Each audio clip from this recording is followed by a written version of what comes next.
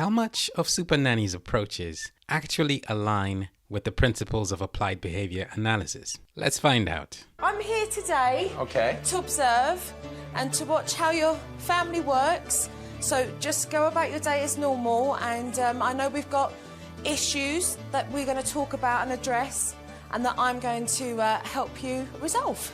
Lovely. So I'm going to step back and watch you guys and let you get on with it. So the first thing that Supernanny does over here is carry out some direct observations. And direct observations are really good. The best way to actually do the direct observations is to carry them out in different settings, just to get a good picture, a whole picture. And from the direct observations, you can ascertain what behavior needs to be targeted. And number two, you can also see what's happening before the behavior, which is the antecedent, and also what's happening after the behavior, which is the consequence. So this totally aligns with what we would do in applied behavior analysis.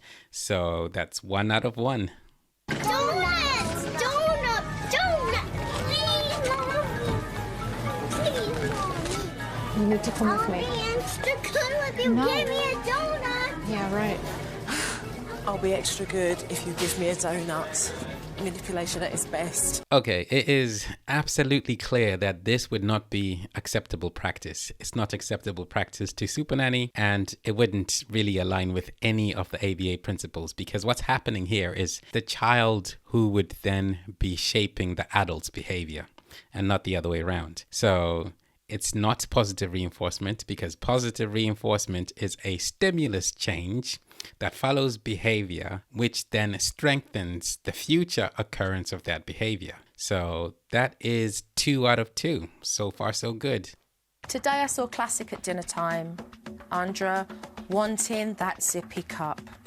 And what happened was she had a tantrum. And when she throws a bone, you guys go and fetch. So here, Supernanny has identified the function of Andra's behavior as being tangible. And it is the relationship between behavior and the environment that shapes behavior over time. Now, it is true that the function of her behavior could be maintained by both attention and tangible. But overall, this approach generally aligns with what we would conclude in the principles of applied behavior analysis. So 3 out of 3. Andra's behaviour with Jessie and Leah has got to stop. The snatching, the aggressiveness, that has to stop. And what's happening is Jessie's learning. Jessie is copying, and the pair of you are not enforcing any form of discipline. You know, you have to get a grip on that. So imitation is when you copy a model of a behavior. And Supernanny is correct that imitation of an undesirable behavior can happen. I think where we do not agree is the language that Supernanny uses. Imitation is also a behavioral cusp. So that means when you learn a new behavior, this new behavior opens up a new world of reinforcers. But again, generally, what Supernanny is saying aligns with the principles of applied behavior analysis. So that is 4 out of 4. Okay, this is a routine because your house needs organisation, because we can't find anything anywhere, and there's no structure to the day. I've broken the whole day down for Barbara so that she knows what she's going to do with her girls during the day. So as a behavior analyst, you have 4 phases of putting an intervention into place. So you have an assessment to begin with. So this might be something like a functional assessment. You're trying to work out why the behavior is happening. And then the second thing you would have is planning. So you're planning the intervention and how you're going to put things into place, how you're going to record data, that kind of thing. And then the next phase, implementation. And during implementation, you might train the mediators. You might use something called behavioral skills training to make sure the intervention is being put into practice correctly. And then the final thing is evaluation. So you will be collecting data throughout this process, and then you can make data-based decisions on whether the intervention needs to change, needs to stop, or continue. And we don't see much of this. we just see an antecedent intervention plan, which is let's have this routine without a functional assessment or functional analysis. So not sure what's going on there. So that is 4 out of 5 in terms of how much we agree so far. So 4 out of 5, we're down to 80% on agreement. And if you don't listen, Mummy is going to put you on the naughty stool. I'm going to explain to you now the discipline of the naughty stool, okay? I want you to come down, literally, to their level. Give them eye contact, and I want you to use a low-toned voice, okay? You give your children a warning first to stop the behaviour. If they carry on, I want you then to walk them over and place them on their stool and say to them, you're going to stay there now until I come and get you. So the timeout procedure, or the naughty stool or naughty step, this has been around for goodness knows how long. And this approach, this procedure, is actually a punishment procedure. And a punishment procedure is a stimulus change that follows behavior, which results in the weakening of that behavior in the future. So the weakening could be frequency, intensity, latency. This particular punishment procedure is a non-exclusionary timeout procedure because reinforcement is being stopped, but the person is not being removed from the environment. So they can still see what's going on, but this is a punishment procedure with a reprimand, and that reprimand is the adult then expressing their verbal disapproval of whatever behavior has happened. In behavioral terms, this is only punishment if the behavior actually weakens in the future. So if the frequency actually goes down in the future, then and only then is it punishment. So, very important thing to note. As a qualified behavior analyst, if you are a member of the UK SBA or you are part of the BACB, there is a code of ethics or a code of conduct you will have to abide by. And that code of conduct will say you must prioritize positive reinforcement procedures above all else. You would not go straight to punishment. That would not be your first port of call. That's not the first thing you would do. It wouldn't be the first intervention you introduce. So this definitely does not align with the principles of applied behavior analysis. So we are down. We have 4 out of 6 approaches that align.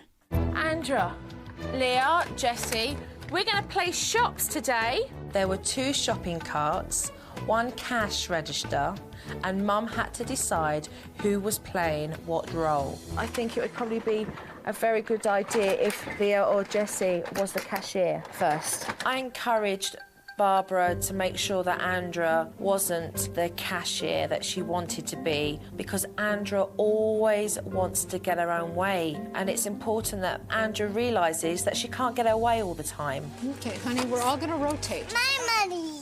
Okay. No, I'm being No, Andra, first Jessie's going to be the cashier. No, I don't want it.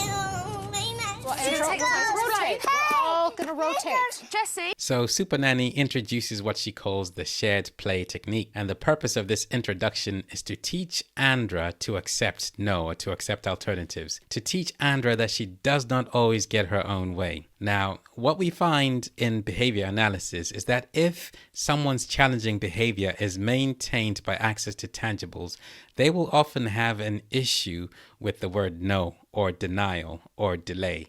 And the intervention that would be introduced is to teach the person denial or delay tolerance. And the way it works is the behavior analyst would introduce this systematic intervention where the person is taught a coping behavior in the face of disappointment. And not only that, but they also get taught to cooperate with adult requests that gradually increase over time, and this cooperation is reinforced. Now, this schedule of reinforcement would also be thinned over time as the person's skill improves, grows, and gets stronger.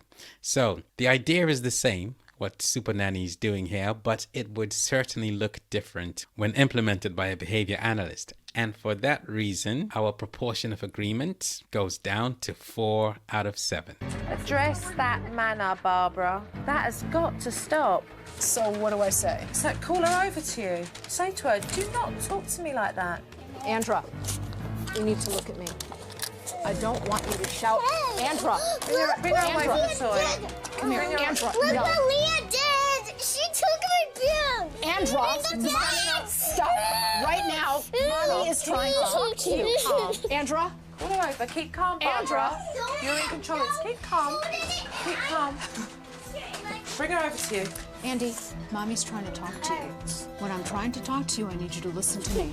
So this brings me to implementation integrity, intervention integrity, also known as fidelity. And this is how closely we're following the plan when we're putting an intervention into place. And this is particularly important because an intervention that's not being put into place properly is very likely to result in poor outcomes. And they are generally two reasons why an intervention will not work. Number one, the people who are putting it into place do not have the skill to actually put that intervention into place. So in this situation, more training would be required, particularly behavioral skills training. Number two, it might be because of environmental contingencies. So they might be too busy or there are other demands on the person in that environment, so much so they're not able to put that intervention into place as well as they want. And the way to tackle that is to reorganize the contingencies in the environment. Now, over here, Barbara hasn't really received behavioral skills training before the intervention. Because what would happen is, as part of behavioral skills training, number one, we would describe the intervention to Barbara and explain why this intervention was important. Number two, we would then demonstrate the intervention for Barbara in order for her to then imitate, which is number three. And then we would give her feedback, number four. And then number five, we would get Barbara to do everything again until we were satisfied that she got all the steps of that intervention correct. And with that, we can be sure that Barbara has the skill to implement the intervention. So for this reason, our proportion of agreement has gone down even further to 4 out of 8, which is 50%. Very done. nice. Thank That's you. marvelous. Very, very good. Bye. Thanks for shopping. Safe driving. So this is a great example of positive reinforcement. And positive reinforcement is a stimulus change that follows a behavior which strengthens the future occurrence of that behavior. And in this particular instance, Andra, because of her sharing with her sisters and being kind to her sisters, she receives praise and or a reward. And the hope is that her behavior of sharing and being kind to her sisters would increase in the future. And this is pretty much how we would use it as well. But as soon as that response is shown, we deliver the positive reinforcement immediately. And then the second thing is we want to vary the reinforcer over time to avoid satiation. So to keep things interesting and prevent the person from being bored by whatever the reward is, we would tend to switch it up over time. And then also number three, as time continues, we want to fade the schedule of reinforcement until it matches the natural environment. So these principles align with those of applied behavior analysis. And for this reason, we've gone up a little bit. So now we are at 5 out of 9 on agreement. Because shopping for Barbara is such a nightmare, I introduced to her today the involvement technique so that she could go shopping and get the girls involved so that they wouldn't start getting bored and misbehave. The first thing that I want you to do is write the girls out a shopping list and take a few things off of your list and put it on their list. And I want you to tell all 3 children what your expectations of them are. Okay. Girls, we are going to go to the grocery store. We're going to the supermarket, and Mommy is going to need your help once we get to the supermarket. The shopping problem. Now, through the principles of applied behavior analysis, we would start with a functional assessment to find out the root cause, the reason for the problem behavior. Is it because they are after attention? Is it because of a lack of stimulation? They just need something to do. So that's where we would start. So we might look at what's happening before. That's the antecedent. What's happening before the inappropriate behavior and what's happening after, because these things might be maintaining the problem behavior. And we would use that information to introduce an intervention. So if it was a problem of wanting attention and a lack of stimulation, then one solution might be to introduce mini tasks for them to complete during the trip so they could have their own shopping lists, which is exactly what Supernanny has done. So we have arrived at the same place, although it feels like we skipped a few steps. But what Supernanny has done generally aligns with the principles of applied behavior analysis, but we might be a bit more systematic, a bit more detailed, and we might do a little bit more behavioral skills training. We're up. It's now 6 out of 10, so we are 60% in agreement. Oh, good job. Box of strawberries, please. All right, Jesse can hold a cucumber. Can you get a little bit of broccoli, please? And this is a nice demonstration of replacement behavior in action. You girls did so well at the grocery store today. I'm so very pleased with the way you helped Mommy. So now we get to ride the horsey. Yay! And this is good use of positive reinforcement. And what you want to do is set an achievable target so the kids can contact reinforcement. You would then change that criteria over time. So the kids have to do a little bit more to contact the reinforcement. And you might also change the magnitude of the reinforcer over time, just to match what's actually required, the response effort. And the other thing to keep in mind is you want to vary that reinforcer to keep things interesting, as I said before. And also it's very important that the reinforcer comes immediately after the behavior. So all good, looking great. And we are up now. We're up to 7 out of 10. So that's 70% agreement. It's looking good.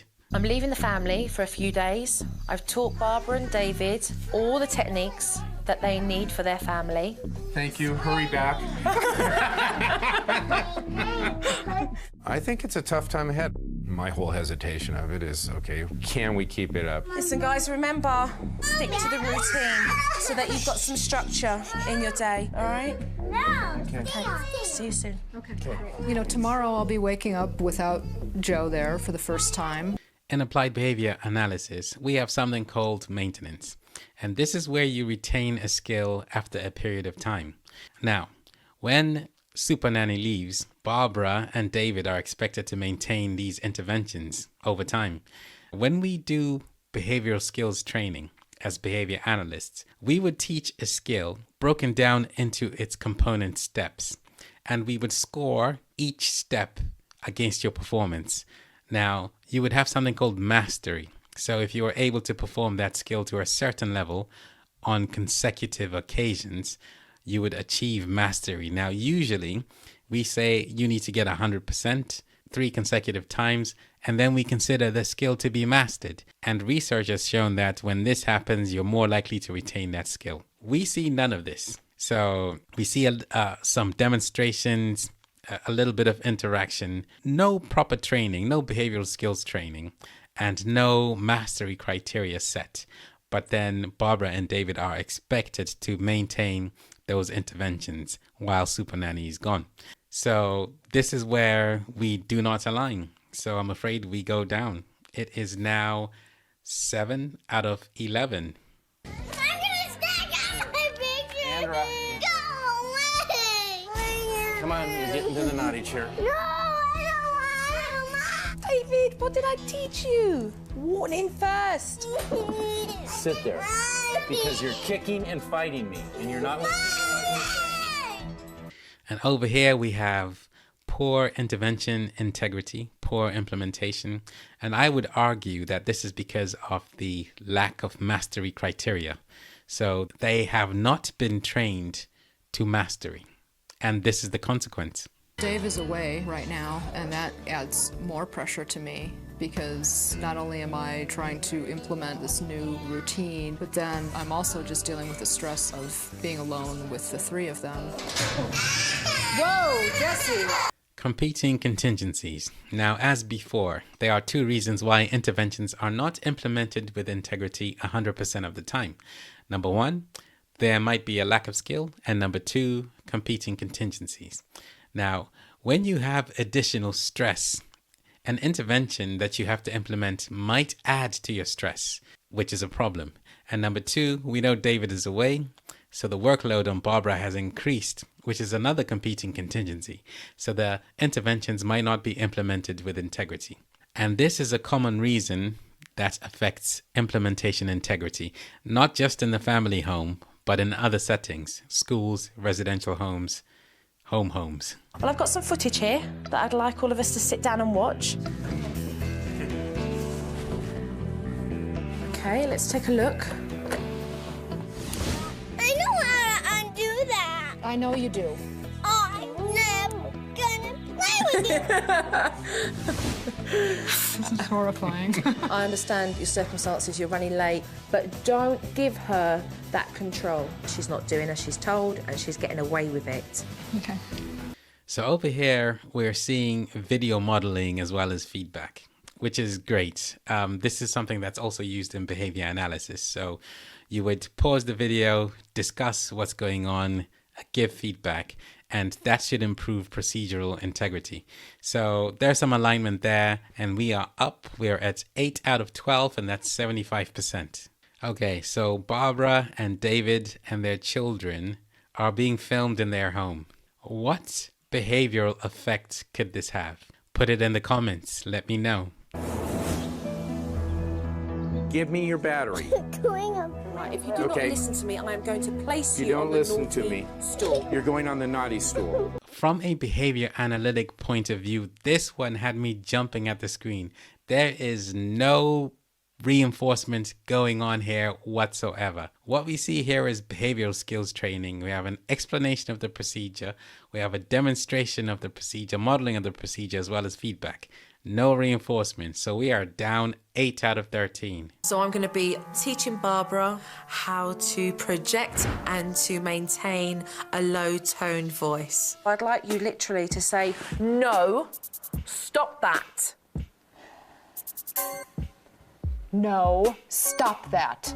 Okay, that was good. That was good for a first time. So just bring the voice out with more clarity. And as before, this is behavioral skills training, and that involves explaining the procedure to the person, explaining why that procedure is necessary, then demonstrating to the person the procedure, and then getting the person to then practice the procedure, and also getting the person to do it in real life, and then providing feedback. That is behavioral skills training. Still at 8 out of 13 because we covered this one earlier. I feel very hopeful for our future so that we're able to live happily ever after. I mean, I really would just say thank you. So Supernanny has done it again. She's gone in, she's rescued another family, but how much of her approach actually aligned with the principles of applied behavior analysis? Big reveal, 62%. 62% of the approaches that she used aligned with applied behavior analysis. Check out the next video to see if this improves or not.